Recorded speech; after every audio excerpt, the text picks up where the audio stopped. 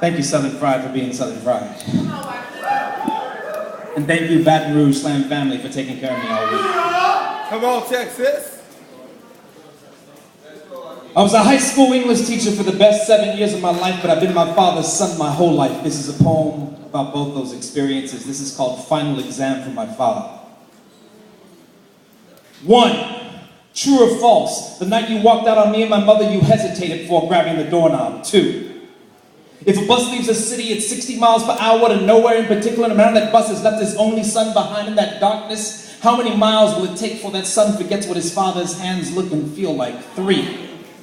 On the night that you left us, how many hearts did you break? A, 1, mine.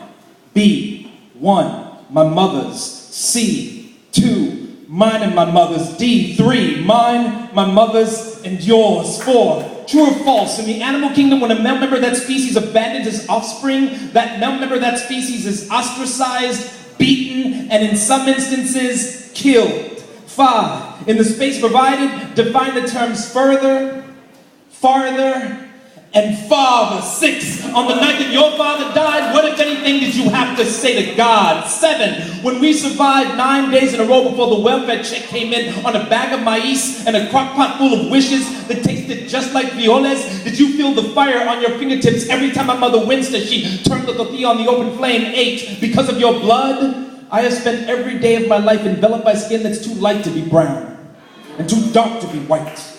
I used to hate this about myself, but I have finally come to love this about myself. What do you love and hate about yourself, Father? 9, as a young man, you A, never loved a young, beautiful, dark brown woman. B, loved one young, beautiful, dark brown woman. C, loved many young, beautiful, dark brown women. D, loved only the idea of young, beautiful, dark brown women. 10, list 5 things you're truly grateful for and 5 things you're truly regretful for. 11, a famous American poet's mother once said, single mothers are almost always better men than men are. What do you make of this, Father? 12, without using the words I'm or sorry in the space provided, write an apology letter to my mother. 13, on a scale from 1 to 10, with 1 being not difficult and 10 being quite difficult, how challenging do you think it is for a widow to grow up in the body of the Lower East Side? 14, as a child, your son remembers hearing his drunk uncles whisper in hushed voices not meant for his ears that more than likely you are not that child's father. What, if anything, do you have to say to them? 15, finish this sentence. My son, if I only had one thing to say to you, it would be, and one final question to conclude the test.